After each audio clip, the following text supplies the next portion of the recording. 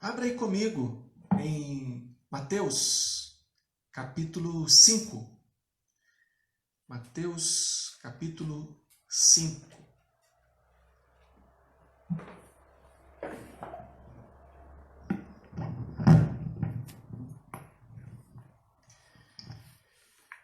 Antes de ler, eu gostaria de orar com você. Vamos pedir ao Senhor? A gente acabou de dizer, né?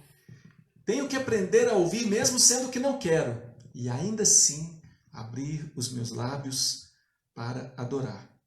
A palavra de Deus é maravilhosa, a palavra de Deus é vida, a palavra de Deus é transformadora. Não quer dizer que a palavra de Deus não seja dura, como numa cirurgia. A cirurgia bem-sucedida é maravilhosa. Quando você tem necessidade de uma cirurgia, ela acontece e os resultados vêm, você fica feliz. Mas cirurgia, irmão, tem bisturi, tem corte, tem sangue. O que nós queremos nessa noite é dizer: Senhor, Tu és o médico dos médicos. Então, sara a nossa alma por meio da Tua palavra, que a palavra do Senhor faça efeito na nossa vida, que a gente possa compreender, Senhor. Nós vamos começar uma caminhada agora em textos muito conhecidos e eventualmente não bem aplicados na vida. Textos que são confrontadores e ao mesmo tempo são direção para a sua vida dar certo. E a gente não pode simplesmente ler, a gente precisa absorver isso aqui para nós sermos verdadeiros servos de Deus, verdadeiros filhos de Deus, verdadeiros cristãos. Então faça a sua oração aí em nome de Jesus. Senhor, nós oramos porque a Tua palavra é a verdade e nós precisamos, ó Deus, conhecer a verdade.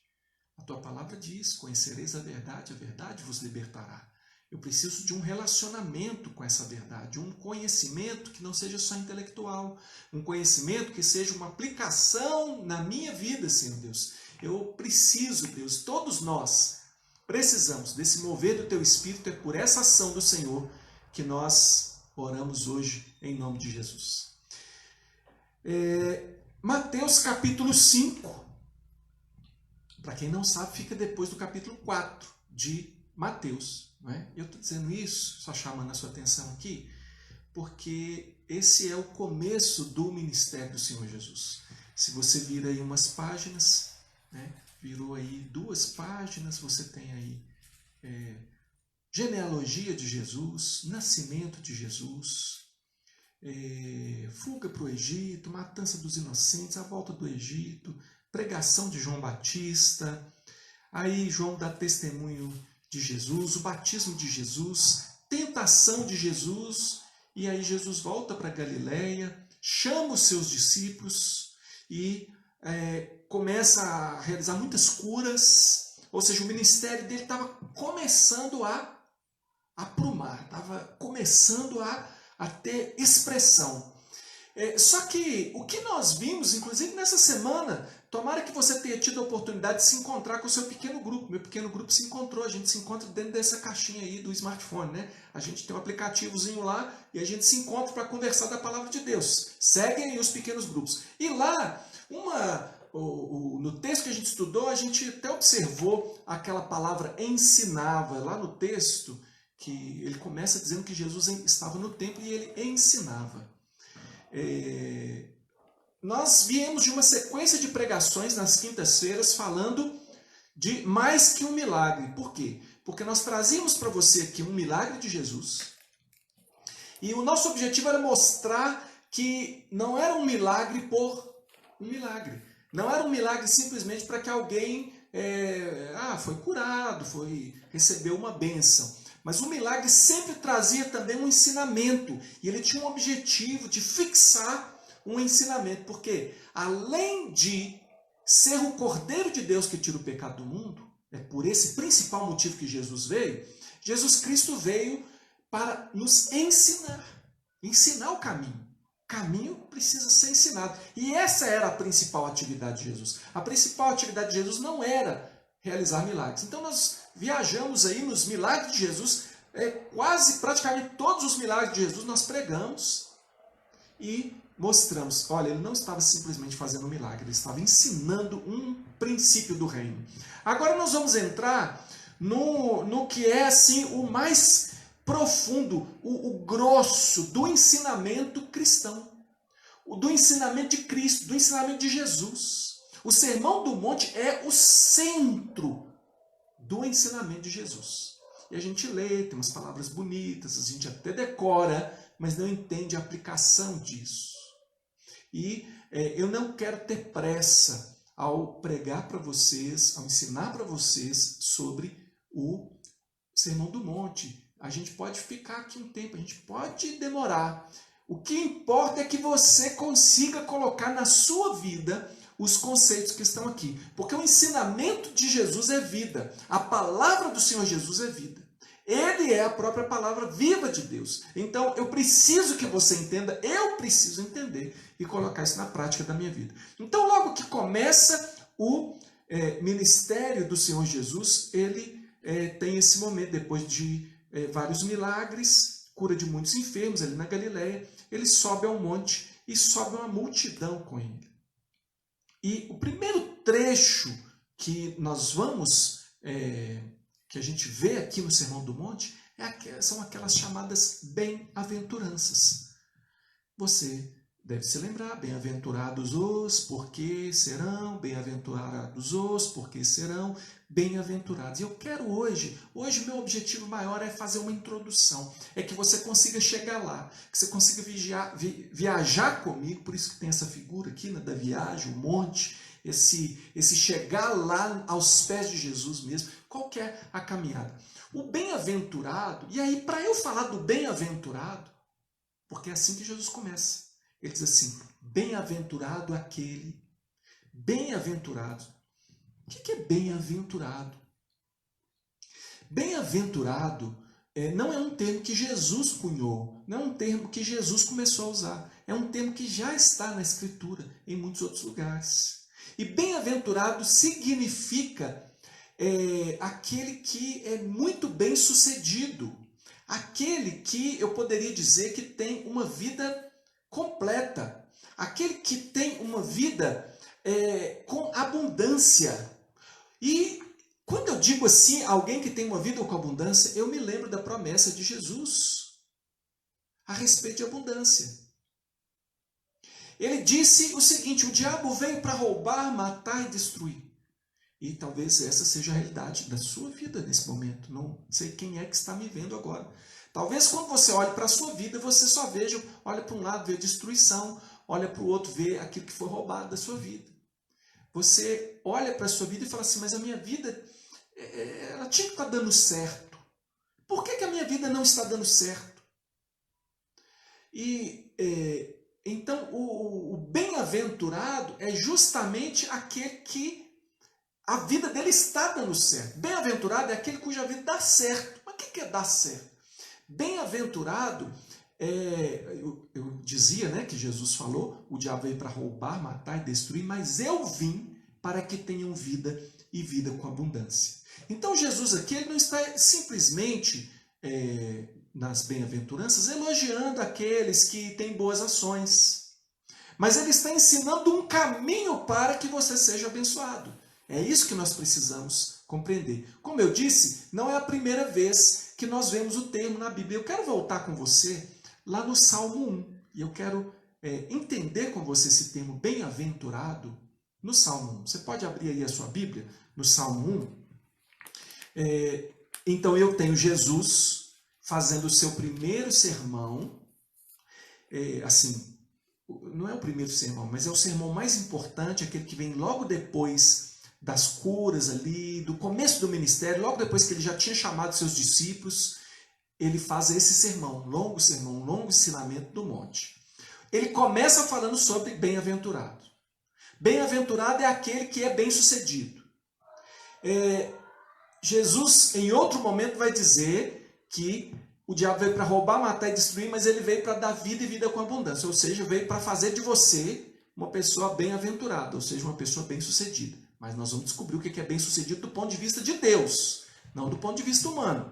Porque senão alguém vai dizer para você o que é ser bem-aventurado conforme o mundo, e você vai achar que Deus veio para que você tenha sucesso, como o mundo acha que é ter sucesso. Fazer de você uma celebridade, uma coisa maluca de tantas que o mundo diz. O Salmo 1 diz assim, Bem-aventurado, ou seja, feliz, completo, bem-sucedido. Bem-aventurado o homem que não anda no conselho dos ímpios, não se detém no caminho dos pecadores, nem se assenta na roda dos escarnecedores.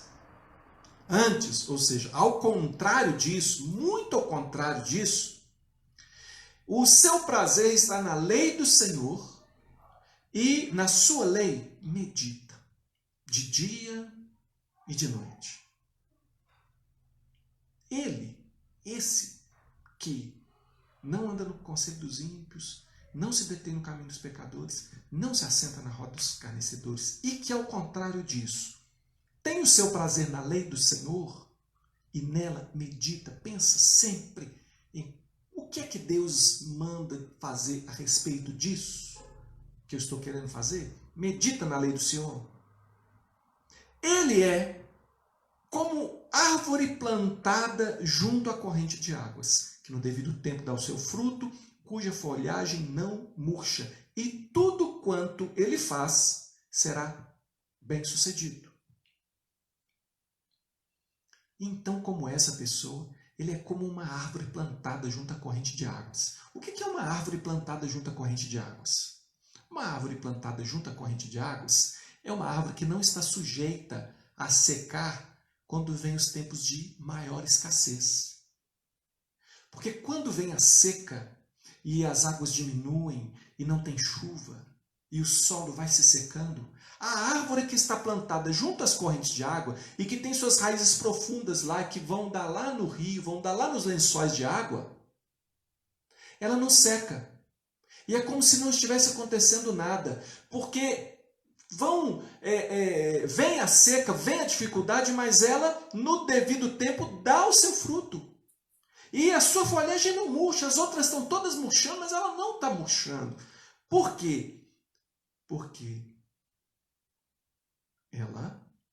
essa pessoa, comparada à árvore, é alguém que tem essa prática que eu falei aqui. Mas há uma outra prática contrária a essa, que é a prática dos ímpios. Verso 4 diz assim: os ímpios não são assim.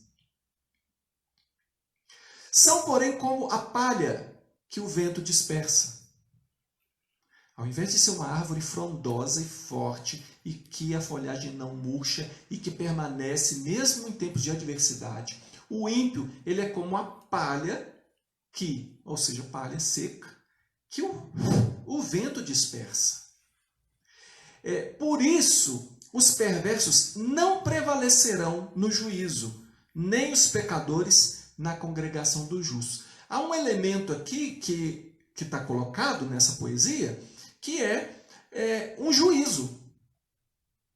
Por que aqui tem árvores que secam e árvores que não secam? Porque há um juízo de Deus. Há um Deus que controla todas as coisas, inclusive os tempos de escassez, inclusive os tempos de seca, inclusive as dificuldades. O Senhor Deus, nós não temos uma luta do bem contra o mal no universo. Tem muita gente que é crente que ainda acha que existe uma luta do bem contra o mal. Talvez influenciado por tantas coisas, até filme de herói, coisa assim. Não há uma luta de bem contra o mal. Talvez influenciado pela espiritualidade, outro tipo de espiritualidade, mas ele considera cristão e ele acha que tem uma guerra pessoal de Deus com o diabo. Sim, a Bíblia fala de um império das trevas e o reino do Senhor Jesus, mas é completamente desproporcional. Não há luta do bem contra o mal. Há um juízo de Deus sobre o mal. Há um juízo de Deus sobre justos e injustos. E quando Deus pesa na balança, ele tem uma atitude para com os justos e outra atitude para com os injustos. Nós sabemos que Jesus Cristo é a nossa justiça. E nós sabemos que é em Jesus Cristo que nós somos justificados. Não estamos falando de justiça própria, não estamos falando de legalismo e de pessoas que acham que podem se salvar pelas suas boas ações. Mas sabemos que essa justiça vem de Deus. Os ímpios não são assim e eles não prevalecem. Não prevalecem quando eles são julgados. Verso 6 diz: pois o Senhor conhece o caminho dos justos, mas o caminho dos ímpios perecerá. Ou seja, o Senhor conhece o caminho dos justos, Essa palavra conhecer na Bíblia tem a ver com relacionamento. O Senhor está com os justos no seu caminho. O Senhor é o caminho onde os justos andam. Então há um andar com Deus daquele que ama o Senhor, que tem a sua vida em Jesus Cristo. Eu estou falando, citando todas essas coisas, para que você possa entender do que é que o Senhor Jesus fala quando ele fala de bem-aventurado. O que ele quer quando ele diz para você como é ser bem-aventurado. Eu poderia considerar aqui, nesse bem-aventurado do Salmo 1, se eu pensar de uma forma inversa do sentido natural do texto, eu poderia dizer assim, pois se existe o bem-aventurado, existe também o amaldiçoado. Existe o bem-aventurado e existe aquele que está por debaixo de maldição. Ou existe aquele que é bem-aventurado, e eu vou dizer para você, inclusive crentes que, mesmo perseverando no Senhor, mesmo porque a perseverança vem de Deus, podem estar debaixo de juízos temporais de Deus. Deus agindo de uma forma a corrigir os seus filhos. Olha o que eu estou falando. Eu estou falando que tem o ímpio que vai para o inferno. O ímpio que não tem relacionamento com Deus. O ímpio que não prevalece no juízo. Mas eu estou falando também de alguém que é crente, mas que está tendo problemas. Por quê? Porque ele não está colocando em prática o ensinamento de Deus. É por isso que nós vamos falar do que Jesus ensina. Por isso que eu quero que você leve em conta os ensinamentos de Deus. Porque se eu simplesmente falar com você de milagre, você vem aqui e me diz que você está passando um problema. E a gente ora. E cremos no poder da oração. E cremos em milagre, inclusive quando a pessoa não merece. Porque quem merece milagre? Mas o ponto não é Deus fazer um milagre na sua vida, mas Ele transformar o seu coração.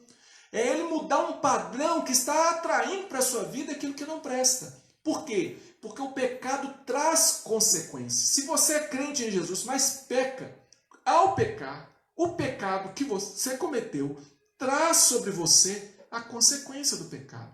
O crente não está isento de consequências de pecado. Ele pode estar livre da condenação do pecado por crer em Jesus e confiar sua alma ao Senhor Jesus, entregar sua vida ao Senhor Jesus. Mas se ele resolver voltar à prática de pecado, o pecado trará suas consequências. E mais, o próprio Deus, que diz na sua palavra que como um pai disciplina os seus filhos, vai entrar nessa história e vai vir disciplina. Então eu quero que você considere o seguinte: você é um bem-aventurado? Uma bem-aventurada? Como que está aí? Como você considera que a sua vida, você está vivendo uma plenitude de Deus? Você está vivendo uma vida plena? Você está vivendo em alegria? Você está vivendo em esperança? Você está vivendo com expectativas em Deus? Você vê Deus agindo, te livrando dos ataques do mundo, das ideias mundanas, do pensamento desse século? Você se vê na sua mente, você vê Deus trabalhando na sua mente para que você não ceda ao ensinamento, ao seguir natural de como o mundo vive? Você é blindado quanto a essas coisas? Assim, ainda que você dizer assim, mas eu sou pecador. Não estou dizendo que você não peque em absoluto. Você confessa pecados a Deus, mas a sua mente é guiada por Deus. Você diria que os princípios pelos quais você está dirigindo a sua vida hoje são os princípios da palavra de Deus? Eu estou falando da lei do Senhor, eu estou falando do ensinamento do Senhor, ensino do alto, não aqui de baixo. Ensino da palavra de Deus. Ensino que, diz a palavra de Deus, que antes, aquele que tem o prazer na lei do Senhor, na sua lei, medita de dia e de noite, é como aquela árvore plantada junto às correntes de água. Mas, ao contrário disso, vamos pensar ao contrário disso. Aquele que não tem prazer na lei do Senhor. Aquele que não tem prazer e não medita nas palavras e nos ensinos de Deus. Ele não é como a árvore plantada. E ele pode estar vivenciando um processo de destruição na sua vida. Olha que interessante, porque eu vejo uma progressão aqui nos primeiros versículos do Salmo 1. Bem-aventurado o homem que não anda no conselho dos ímpios, não se detém no caminho dos pecadores e não se assenta na roda dos escarnecedores. Você vê uma progressão? Andando com os ímpios, se detendo com os escarnecedores e por fim se assentando, ou se detendo no caminho dos pecadores e por fim se assentando na roda dos escarnecedores. Esse assentar na roda dos escarnecedores é sentar na pocilga. Crentes podem sentar na pocilga? Conhece a parábola do filho pródigo? Ali fala de filho. Não é do servo pródigo, é o filho pródigo. E ele retorna porque é filho. Mas sentou na pocilga, comeu literalmente, né? Com os porcos. Então eu estou dizendo essa exortação para você, porque você tem certeza que o desejo da sua vida é ser bem-aventurado. E que bom se você fosse numa igreja, né? Dessas que dizem assim, vem cá que eu ponho a mão na sua cabeça e eu oro em nome de Jesus, seja bem-aventurado, e você vai ser bem-aventurado. E aí você vai lá para se enganar. Por quê? Eu também ponho a mão, viu, irmão? Também oro em nome de Jesus. Só que eu leio a Bíblia e eu sei que é a prática da palavra de Deus que vai trazer um efeito duradouro na sua história. E aqui eu vejo assim, aquele que anda no conselho dos ímpios, por exemplo, como um Salomão. Salomão foi filho de Davi, herdou o trono, começou muito bem, consultando o Senhor, sendo humilde diante de Deus, recebendo bênção de Deus, recebendo sabedoria de Deus. Deus abençoou que ele concluiu a construção do templo, tudo muito bem. Mas a Bíblia diz que ele resolveu fazer o que era mal diante do Senhor, e ele resolveu fazer uma coisa que era considerada uma estratégia muito inteligente na sua época. Um conselho, qualquer estrategista, qualquer pessoa da área econômica, né? Se o Salomão tivesse um Paulo Guedes lá, se ele tivesse lá um conselheiro, um ministro da economia lá, diria para ele, olha, Salomão, se você casar com as princesas, filhas dos reis aqui ao nosso lado, nós vamos fazer boas alianças e bons negócios. Isso era uma prática que dura milênios. Até hoje existe isso. Uma ideia mundana, proibida pela palavra de Deus, mas ele levou aquele conselho. Não sei se alguém deu conselho para ele ou se ele mesmo se aconselhou com a sua sabedoria, dom de Deus, né? Sabedoria humana, e fez isso, fez o que era mal diante do Senhor. Por causa desse conselho, o final da vida de Salomão foi ruim. Deus tirou dele, falou, não vou deixar, vou tirar o reino de você e vou dar para o seu servo. E por causa de Davi, eu vou deixar aqui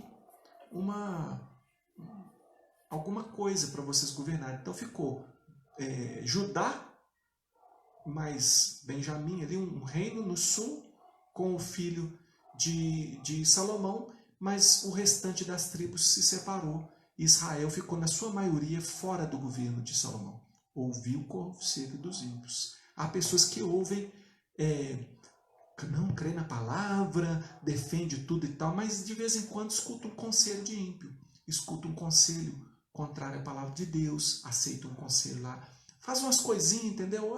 E deixa umas coisinhas. Tem o se deter no caminho dos pecadores. Eu vejo um Saul, por exemplo. Saul, um outro rei de Israel, anterior a Davi. Qual que era o problema de Saul? Saul, ele é a pessoa que sempre vai dizer assim, forçado pelas circunstâncias, eu sacrifiquei. Ele é uma pessoa que começa a adotar práticas na vida dele, não são nem eventuais. Ainda que Salomão tenha tido uma prática assim, não foi muita coisa, mas foi muito sério. Todo pecado é muito sério.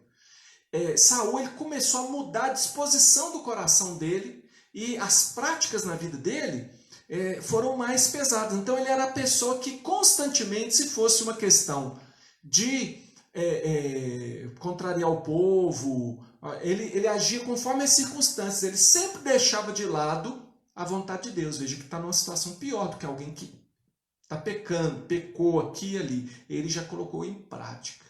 Agora, o que se assenta na roda dos escarnecedores, um outro rei que Israel teve, chamado Manassés, filho de Ezequias. Ezequias, o pai dele era crente, um crentão. Um cara que estava para morrer e falou: Deus, me dá mais tempo, eu quero viver mais. Deus falou: arruma mais 15 anos. Acontece que Manassés desprezou completamente o ensino que ele recebeu do seu pai. Desprezou a maneira de viver do seu pai. Desprezou toda a lei de Deus, mesmo conhecendo como Deus tinha agido com seu pai, sabendo a história do seu povo, a história do povo de Israel.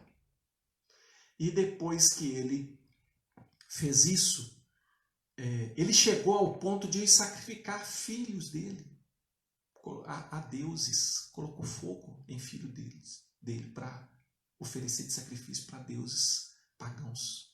Deus o castigou tão severamente, ele foi exilado, eles carregaram ele com ganchos. Ele foi tão castigado pela atitude do coração dele. Depois você lê a história de Manassés. Consultava feiticeiros, é o sujeito bem eclético, entendeu? Ele tem uma raiz lá no Evangelho, aquele que filho de pais crentes, né? Mas que topa qualquer parada e tal, e acabou nessa. Não acabou nessa, pela misericórdia de Deus, porque ele foi até esse ponto. Mas depois diz a palavra de Deus que ele se arrependeu como ninguém havia se arrependido. Ele tão fortemente se arrependeu que Deus teve misericórdia da vida dele. Qual que é o meu ponto aqui agora, nesse tempo em que nós vamos entrar no estudo do Sermão do Monte? Ele começa com a promessa de bem-aventuranças. Bem-aventurados são os que... Mas essas promessas de bem-aventurança, elas vão implicar em uma postura muito firme de alguém que ouve um ensinamento e canta aquela musiquinha que nós cantamos aqui. Tenho que aprender a ouvir, mesmo sendo que não quero, e ainda assim abrir meus lábios para adorar. Porque o caminho da bem-aventurança, o caminho da bênção, o caminho da sua alma sossegada, o caminho da alegria na sua vida, o caminho de seguir a Deus e alcançar o propósito de Deus na sua vida, o caminho para ser aquela pessoa que Deus diz assim, esse é abençoado, bem-aventurado. Não é que o mundo fala não, é o próprio Deus fala, esse é abençoado. É um caminho de aprender com o ensinamento de Deus e colocar ele em prática na vida. Portanto, nós vamos aqui mergulhar nesses ensinos. Esse que o salmista já dizia, é alguém que medita na lei do Senhor, aquele que medita nela dia e noite e tem prazer na lei de Deus. Nós vamos fazer uma oração agora que diz respeito à bem-aventurança. Nós nem entramos ainda, né? Só mostrei para vocês o Sermão do Monte, que ele vai começar falando de bem-aventurança, ou seja, falando das promessas de Deus quanto ao que é ter uma vida plena e abundante. E eu trouxe a você essa revelação aqui da palavra de Deus. Existem os ímpios que não têm contato com Deus. Existem os crentes que são abençoados, mas aqueles que não têm essa prática aqui vão sofrer juízos temporais, vão sofrer algumas coisas, vão ficar arrastando aí pela vida sem alcançar a plenitude. Você não quer ser essa pessoa, tem certeza? Não preciso perguntar. Você quer ser uma pessoa com uma vida plena e abundante. Você quer ser uma pessoa bem-aventurada. E nós vamos orar agora, não apenas assim, ó Senhor, em nome de Jesus, que sejam bem-aventurados aqueles que me ouvem. Eu vou falar isso também. Vou pedir ao Senhor, eu quero que você seja, eu quero ser, eu vou meditar, eu vou aprender, eu vou ser abençoado com esse estudo. Mas eu quero que você seja transformado e que o Senhor desperte o nosso coração para a obediência. Porque o Senhor está tratando com todas as pessoas, como nós também lemos no Salmo 11, o Senhor prova os justos e os ímpios. Mas como é que ele faz com aquele a quem ele ama? Ele conhece o caminho dessa pessoa.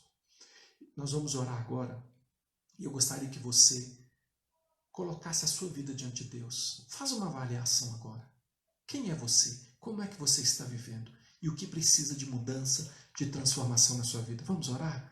Você pode ajoelhar aí onde você está? Nós estamos com essa prática aqui, né? Vamos nos prostrar diante do Senhor? Você quer ser abençoado por Deus? O Senhor tem a bênção. O Senhor tem poder. O Senhor tem vontade. Mas o Senhor, a graça de Deus, é de graça, mas não é barata. Vamos clamar ao Senhor agora. Senhor Jesus, nós estamos diante de Ti, entendendo, Senhor Deus, que não basta um Deus te abençoe. Não basta um sai em nome de Jesus. Nós queremos, ó Deus, e nós cremos na bênção, nas orações que são respondidas. Nós cremos que a Tua palavra diz que a oração do justo pode muito em seus efeitos. Nós cremos nos milagres. Nós pregamos os milagres aqui. Nós vimos, Senhor Deus, que o Senhor realizou milagres. Nós declaramos que Jesus Cristo é o mesmo ontem e hoje o será eternamente. Mas nós ensinamos também, Senhor Deus, que os milagres têm propósito. Que os milagres acontecem para nos dirigir para o centro da vontade de Deus. Que os milagres todos que Jesus Cristo realizou, se Ele levantou um morto, tornou a morrer, se Ele curou um cego, esse cego também morreu, se Ele curou uma doença, a pessoa tornou a adoecer porque morreu de doença, não foi de saúde. Nós sabemos que o Senhor tem propósitos quando faz milagres e pedimos milagres para hoje, mas entendemos que é o ensinamento do Senhor que faz de nós bem-aventurados. E nós queremos entender no profundo dessa palavra. Senhor Deus, só o Espírito do Senhor pode nos levar ao entendimento profundo dessa palavra, ao entendimento, Senhor Deus, de como é que se vive uma vida plena, uma vida bem-aventurada, uma vida abençoada. Ó Deus, como é que se alcança aquilo que o Senhor nos prometeu, porque o Senhor disse da nossa velha história, nós estávamos roubados, ó Deus, destruídos, e Satanás buscava meios para nos matar. Ele veio para roubar, matar e destruir, mas o Senhor veio para nos dar vida e vida com abundância. Nós queremos ter acesso a essa vida abundante. Por isso que nós vamos começar aqui, Senhor Deus, nas bem-aventuranças. Nós vamos começar, Senhor Deus, mas eu sei que tem um procedimento ali, ó Deus, que só o Espírito do Senhor vai nos dar o poder para fazer, para colocar em prática. Como diz a Tua palavra, Senhor Deus, o fruto do Espírito é amor, alegria, paz, longanimidade, benignidade, bondade, fidelidade, mansidão, domínio próprio. O que o Teu Espírito produz é aquilo que nós queremos produzir na nossa vida. Ó Deus, porque a carne a gente já sabe o que ela faz. Mas nós queremos, Senhor Deus, esse agir do Espírito do Senhor. Deus, confronta os nossos pecados enquanto nós estivermos estudando. Confronta, mostra quem nós somos. Não deixa a gente só na letra, não, Senhor Deus. Dá a gente o espírito dessa palavra. Senhor Deus, transforma a nossa vida. Senhor Deus, e assim cura a nossa alma. Senhor Deus, arranca do nosso coração o medo. Dá-nos a segurança, Senhor Deus, daquele que anda no caminho do Senhor. E, portanto, pode ficar tranquilo que nos tempos de escassez, nos tempos de luta, as raízes estarão de onde vem a água da vida. Senhor Deus, como árvore plantada junto às correntes de água, assim são os servos do Senhor, aqueles que temem ao Senhor, aqueles que meditam na Tua lei dia e noite, tendo prazer no conselho do Senhor e na vontade do Senhor, aqueles que não estão se desviando, Senhor Deus, andando no conselho dos ímpios, aqueles que não se detêm no caminho dos pecadores e muito menos se assentam na roda dos escarnecedores. Senhor Deus, nós queremos ser bem-aventurados conforme o ensino do Senhor, para que nós tenhamos o resultado que o Senhor pretende para nós. Portanto, abençoa o Teu povo, Senhor Deus. Abençoa-nos assim, com a bênção de vivermos os ensinos do Senhor. Restaura nossa alma, restaura nossa alegria, restaura nossa paixão pelo Evangelho do Senhor, por ser crente, Senhor Deus, mesmo na adversidade. Ser crente é um prazer, é um privilégio. Ó Deus, e se só formos afrontados ou até açoitados por causa disso, louvado seja o Senhor. Ó Deus, assim fizeram com os servos do Senhor no passado, e se formos dignos disso, Senhor Deus, glória seja dada ao nome do Senhor. Meu Pai, em nome de Jesus, abençoa aquele que está agora em oração comigo, Senhor Deus, que sua casa seja abençoada, sua vida seja abençoada, que a graça do Senhor Jesus, que o amor de Deus, o nosso Pai, e que a comunhão do Espírito Santo do Senhor seja com cada um deles, agora e sempre. Amém. Amém. Olha só, já estamos terminando. Fique atento, fique atento. Acesse o aplicativo, vá para as nossas redes sociais. Está precisando de falar com o pastor? Manda o zap, fala comigo. A gente marca, a gente conversa por celular, a gente conversa olhando para a telinha do celular. A gente pode se abençoar. Não saia do pequeno grupo. Se você está fora de um pequeno grupo, procure um. Se você é líder de pequeno grupo, não conseguiu ainda, procura por mim e fala, pastor, não consegui reunir o meu pequeno grupo, meu problema é esse. Fala comigo. Fala com o seu líder de GD primeiro. Vamos nos ajudar, irmãos. Está sendo uma bênção. Essa semana foi uma bênção o meu pequeno grupo. Teve até visitante.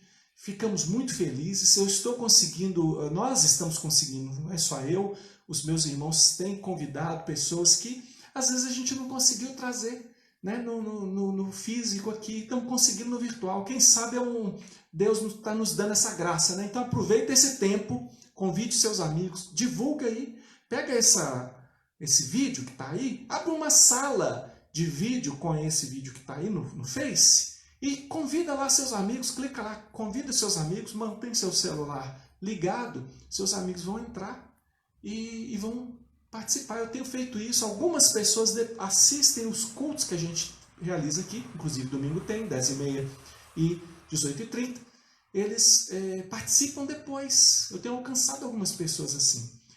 Finalizando, domingo, de volta ao Gênesis. Voltamos às pregações no livro de Gênesis. Deus abençoe você com uma noite cheia de Deus, tá bom? Fica com Deus em nome de Jesus.